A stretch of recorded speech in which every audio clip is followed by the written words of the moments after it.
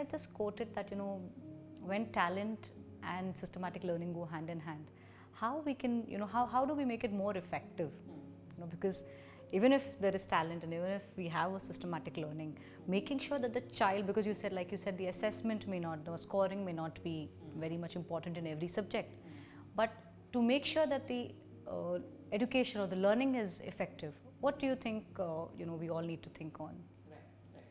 I think right. I think a lot has been discussed about whether to have examinations, assessment or not. But I believe see, assessment or examination is important. If when we talk about our ancient way of learning, let us say speak about our own country, an ancient way of learning in India, that time also in the Gurukul era, in the Vedic era also, the gurus used to teach or impart the skills on their disciples, and every child who used to stay with them learn a particular thing.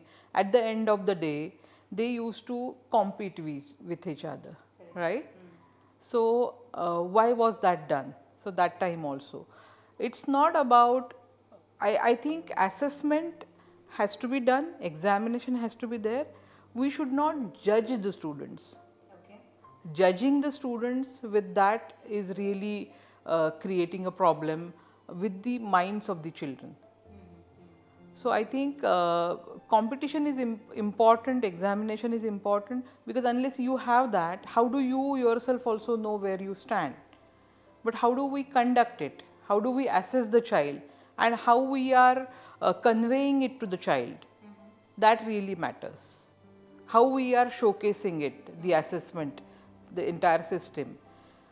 Because the numbering, and when a teacher speaks to the child based on how he or she has performed in that assessment or examination, should not be there, because there the teachers, if he or she becomes judgmental based on the outcome of that assessment and the examination, I think that is the killing the entire spirit of that child to explore.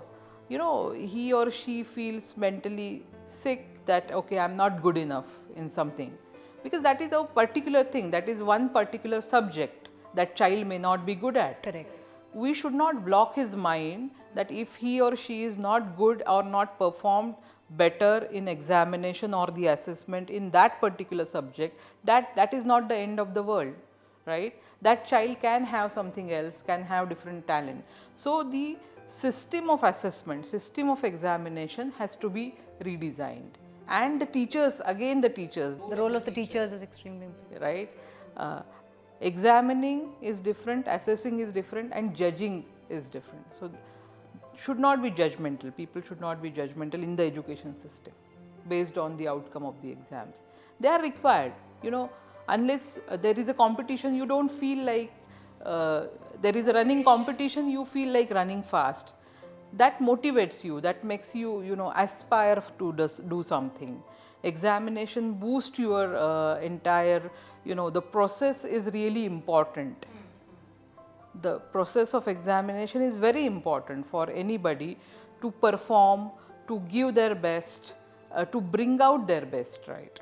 But to view it from a different angle, even if there is a exam, how you look at it, how you assess it, how you want to present it was, like you said. And this entire story has to be dealt by different sectors of the society. What media is projecting in the society, how we are projecting what is, which profession is really important, which is not. Everything has a correlation, right? So those who are the toppers only are successful in their life is not necessary. So I think media has a major role to play.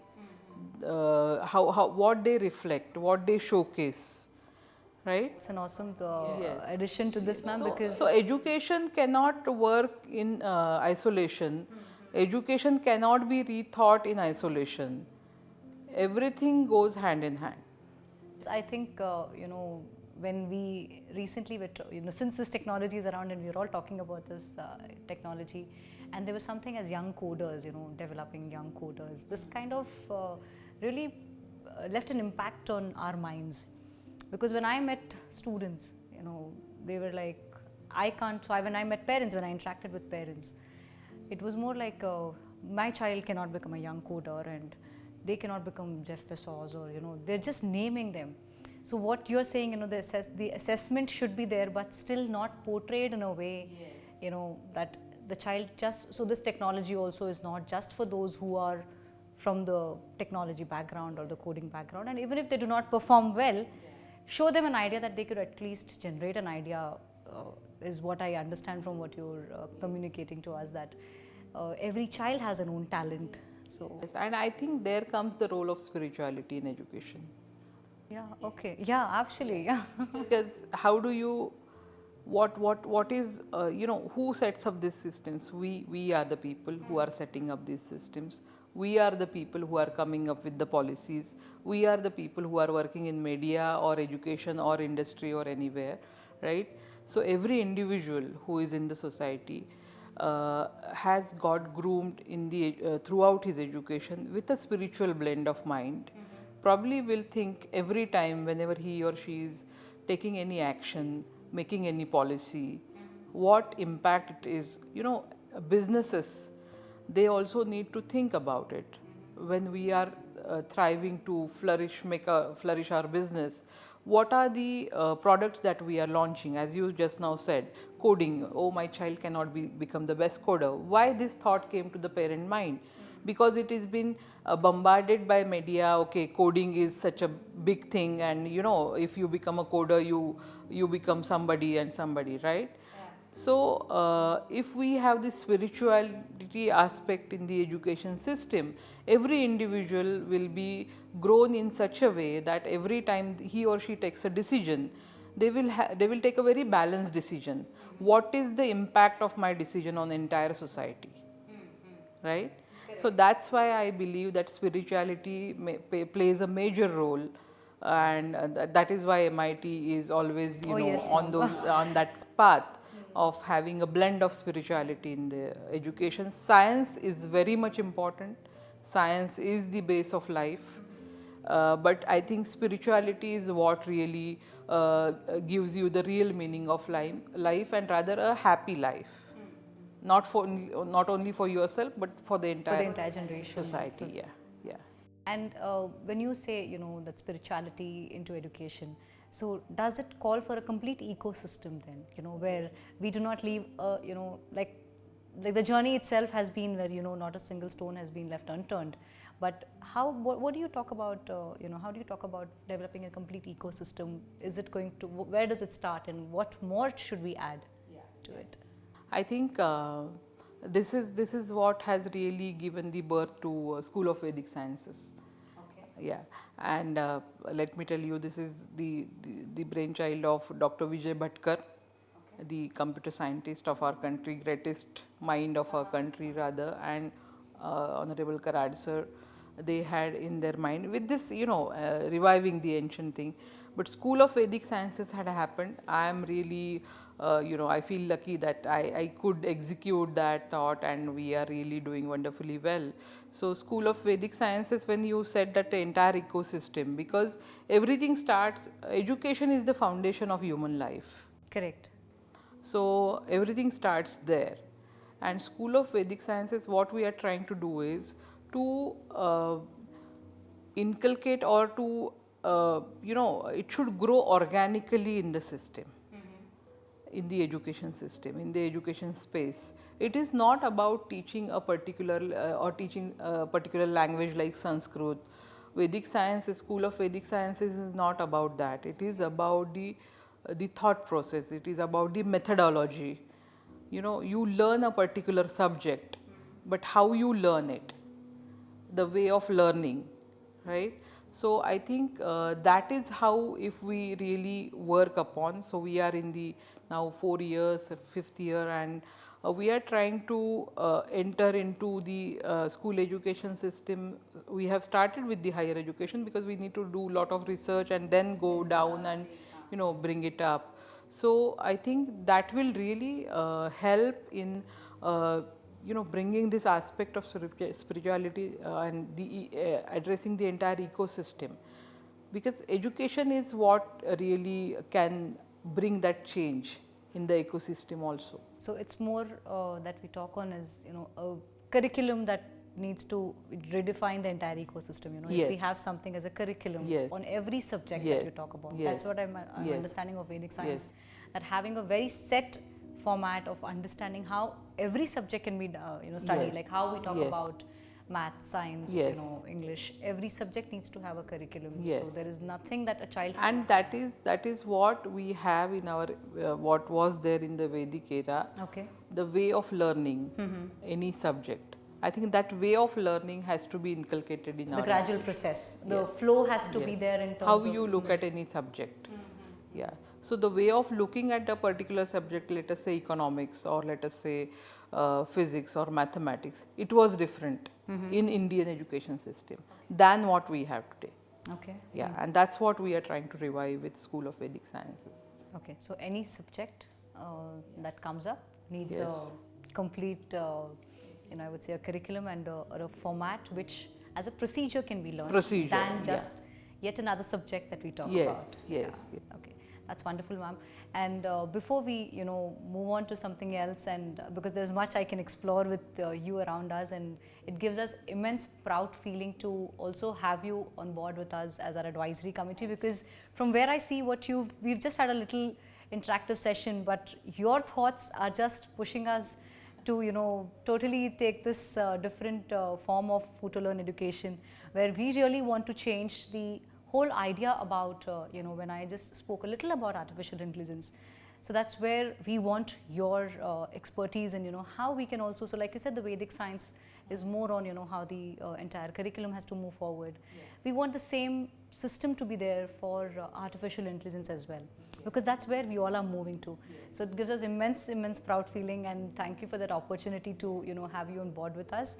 And before we just take leave from you, and we want to have a quick rapid fire with you, if that is okay. That's okay. Yes. Okay, it's interesting for me to know more. One quick word for Professor Karat.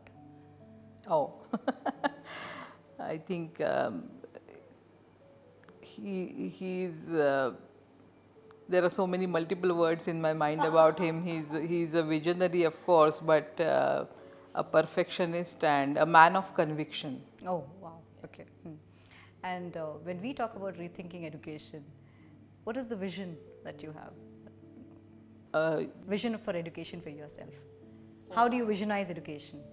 Yeah, of course. I think I visualize in the way that it really impacts the society, the way we wish the society to be, not only our country but the entire world, and the education that will really help every human being understand the real purpose of life and how you really make everyone happy around you. Yeah, that's the purpose of, that should be the purpose of education, because it is about human life. Okay, yeah, absolutely. And what would be one advice you would want the fraternity, or one, I would say, one takeaway that we want to have from this interactive session for the teachers to rethink education? Okay, yeah, I think I always had believed that teachers are the most important part of the society, and for them rethinking education is they should try and understand the child more and see the future they envisage in that child and develop that child in that fashion.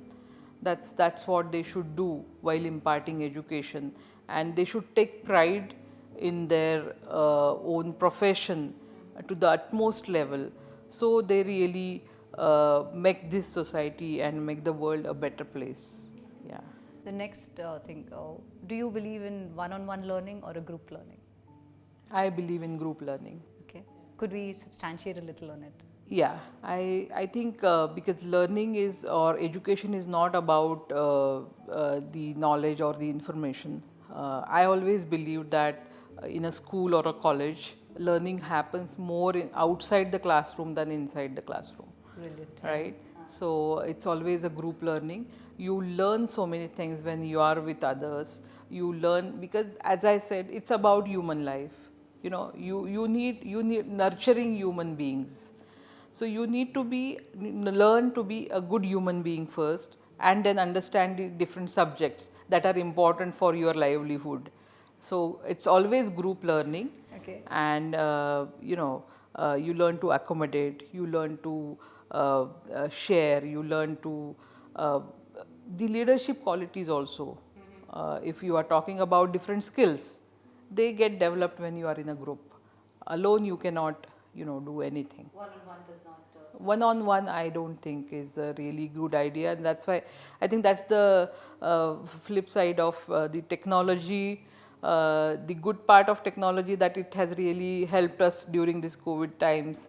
But if you ask me, in a longer run, physical schools, physically the children coming to the college and the school is really important. Nobody can replace teachers. Nobody can. No technology can replace human beings in education space, at least. Yes, yes, of course, because they are going to be the Yes. interventions into it. And that's why I said one on one, that can happen through virtual medium. But when you say group learning, that happens when you come together in the school, in the college, and a lot of things can be learned in that way. Yeah, yeah. And the last question, because I will not take much of your time now, and as an educationist, how would you want students to, take this entire era? Okay, this generation. Yes, because it's a complete different generation. Like Yes. thinking education, so where the teachers have a role, the students will have an equal role. Yes, yes. I always believe that really they are very much blessed to be born in this era. Though people talk about the negative things about what is happening around the world, but I always look at the positive side of it. They are really blessed because the technology at its the best possible way it is evolving. The nature and every aspect of life is really becoming better and better. Yes, there are issues. So the children, if you ask me, the teachers have more role to play than the students. The students can really take it in a way that they have abundant scope to explore and make their life better, because they have every possible avenue, to explore their talent. They should make best possible use of it. That's what I feel the students should of this generation Taking should it think more of. positively. Yeah, and they are doing it. That's what I see, that today's children, they are really, they have a different mindset altogether. They always look at a better side of everything. We should not go by few examples in the society what is wrong that is happening, and there also I don't give the blame to the children. It's the elders who are to be blamed, right? Not tapping You the right. cannot blame any child for any wrongdoing if it is happening, because it's not the children who have got exposed to that kind of activity if they are into. It's the elder people who have brought them, or who have showcased them, or who were responsible for having that kind of a thing in the society. So the children should not be blamed at all. They are in the nascent stage, and today's children definitely have a great future, and they have the best. They should make use of all the avenues which are available to make this place, the entire earth, a better place, and I'm sure they will. So, ma'am, with this one last question that I have another question that just comes up for you. Do you think technology, since we spoke about we are already in that era, do you think technology should come in from the pre-primary section with a physical aspect into picture? So, where, because we have a huge era of, range of technology. Yeah. So, do you really feel that from the pre-primary section itself? There is no harm. I think how do we use it? Taking care of their health and everything, if we utilize the technology for the betterment of the education, I think it is required. Because anyways, they are going to get into that in the later stage. At early stage, it is been said that a child is really good when they are in the age group of 3 to 8, right? So in that age group, if we really give them as much as you give them, they adopt it. So it's up to us what and how, in which form technology we are giving to them or making it available to them. So I think it will be really good for children to explore that. Yeah. Great, ma'am. Thank you so much. Thank you, Thank you for this wonderful opportunity, ma'am. We can just, go on with more of questions, but due respect to your time, and thank you for giving us this opportunity once again to, have an interactive session, to come back to the entire fraternity where we are, Future and Exchange expertise. We are here with this interactive session just to, revisit, are we actually imparting the right way of education? And thank you, you have given your ideas, your thoughts have actually, I'm sure has, given much more scope for the parents, the students and the entire fraternity to rethink on what education is. Thank you. Thank you so much, Thank you ma'am. for this.